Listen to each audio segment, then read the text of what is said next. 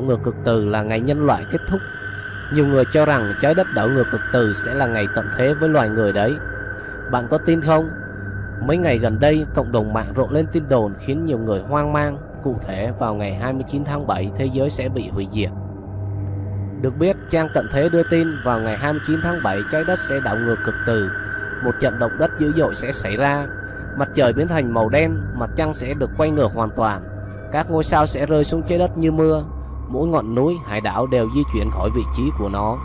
Nhiều người đặt ra câu hỏi rằng phải chăng khi trái đất đảo ngược cực từ là một loại hiện tượng kinh hoàng này sẽ xảy ra? Và liệu đây có phải là lần đầu tiên trái đất đảo ngược cực từ hay không? Đầu tiên cần khẳng định, đây không phải là lần đầu tiên trái đất đảo ngược cực từ. Theo dữ liệu địa lý trái đất cho thấy, hành tinh xanh đã trải qua hàng trăm lần đảo cực trong suốt lịch sử của nó. Cụ thể, trong 78 triệu năm qua, từ trường trái đất đã đảo chiều 171 lần, và lần gần đây nhất là 780.000 năm trước. Khoảng cách ngắn nhất giữa các lần đảo chiều là khoảng 20.000 đến 30.000 năm và dài nhất là 50 triệu năm. Quá trình này diễn ra khi các đám nguyên tử sắt ở lớp lõi ngoài dàn lỏng xếp hàng theo hướng ngược lại. Khi đến điểm tới hạn, cực từ trái đất sẽ đảo ngược. Nhưng liệu việc đảo cực này có gây ra sự hủy diệt như lời đồn đại? Tiên tri dự báo vào ngày 29 tháng 7, trái đất sẽ trải qua một trận động đất toàn cầu dữ dội, đồng thời các vì sao cũng sẽ liên tục rơi xuống hành tinh xanh. Không nản lòng trước nhiều dự đoán sai về ngày tận thế, nhiều nhà lý luận thuyết âm mưu vẫn tiếp tục đưa ra lời tiên đoán của họ về ngày tận thế của loài người. Mới đây, nhiều nhà lý luận cho rằng thời khắc đen tối sẽ xảy ra vào ngày 29 tháng 7 theo Mirror.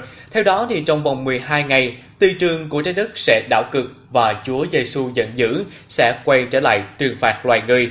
Tổ chức tiên tri Ad Time vừa đăng tải một video trên mạng chứng minh lời dự đoán táo bạo của họ về ngày tận thế bằng những câu kinh thánh. Và để gây ảnh hưởng với những người không có niềm tin vào ngày tận thế, họ đã làm video trông giống một chương trình tin tức và sử dụng một giọng đọc nữ đọc lời bình, thể hiện sự chuyên nghiệp. Sử dụng đồ họa máy tính, tổ chức tiên tri minh họa Chúa Giêsu cưỡi ngựa trắng, dáng trơn. Quân đội của ông bao gồm một loạt xe tăng được Chúa Giêsu khà lửa vào. Video tiên tri về ngày tận thế 29 tháng 7 nói, đây là bản tin Armageddon.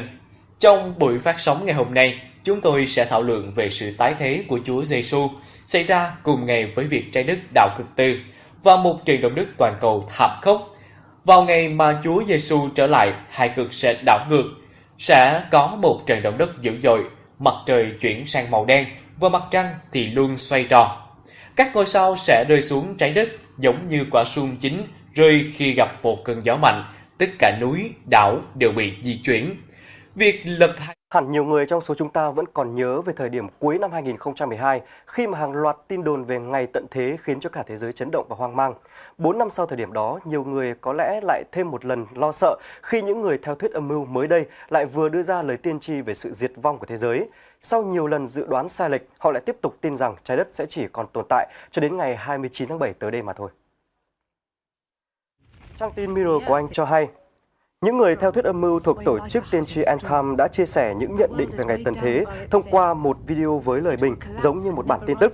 Theo đoạn video, chỉ còn hơn 10 ngày nữa, cực từ trái đất sẽ đảo ngược, đồng thời một cơn thịnh nộ khủng khiếp của Chúa Giêsu sẽ giáng xuống và khiến cho nhân loại đối mặt với cảnh diệt vong.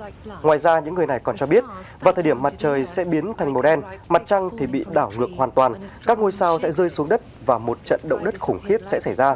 Được biết, những người theo thuyết âm mưu cũng đã từng dự đoán về ngày tận thế vào hôm 8 tháng 3 vừa qua. Tuy nhiên, lời tiên tri ấy không thành sự thật và họ tiếp tục đặt niềm tin vào sự diệt vong vào ngày 29 tháng 7 tới.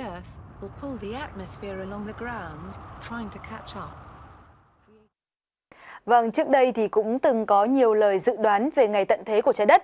Tuy nhiên là việc chúng ta vẫn còn đang ngồi đây, vẫn đang nói chuyện được với nhau là bằng chứng rõ nhất cho thấy là chưa có dự báo ngày tận thế nào trong số đó trở thành sự thật.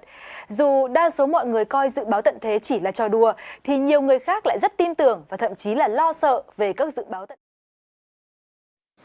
Ôi cho ít chồng cái tí phong unit gì cái tí nên cho sẽ đợi này ta tỏ bỏ của cho đuôi là nó là cô cho hai cho này ít cho cái tí và nó xem mày giờ tiếng này bỏ cho ra video là nó là thứ nhớ trong đời của Linh là thứ nhớ trong đời lùa Linh là chạy mỗi chiếc cái tí mỗi cho cái tí này và nó xem mày thế này trên trái mà cho nên nó cũng thoát xỉn tao trong đời pháp bên chân và mua ít xe cháu rong chỉ rong cờ lỡ của cháu thì chỉ muốn thấy từ nếu họ xếp hệ nếu sản xua mà nếu muốn xua trâu ít cho quý ti ở chỉ tao chân hai tiền lúc đi tới giờ bó giờ hầu giờ dành rong đi nó mà còn muốn tranh phát chữ thiết lý rong giờ đây nó của thiết lý tranh tổng trâu ít trồng quý ti phong dư hai tiền giờ thì tụi mua xuyên tranh nó là mà linh tranh hai tiền tụi chỉ mua xuyên tranh nó là chỉ sót rồi mà muốn tranh chỉ sót rồi cho năng đàn đỡ hai trong này bán chân chỉ giờ hai tiệc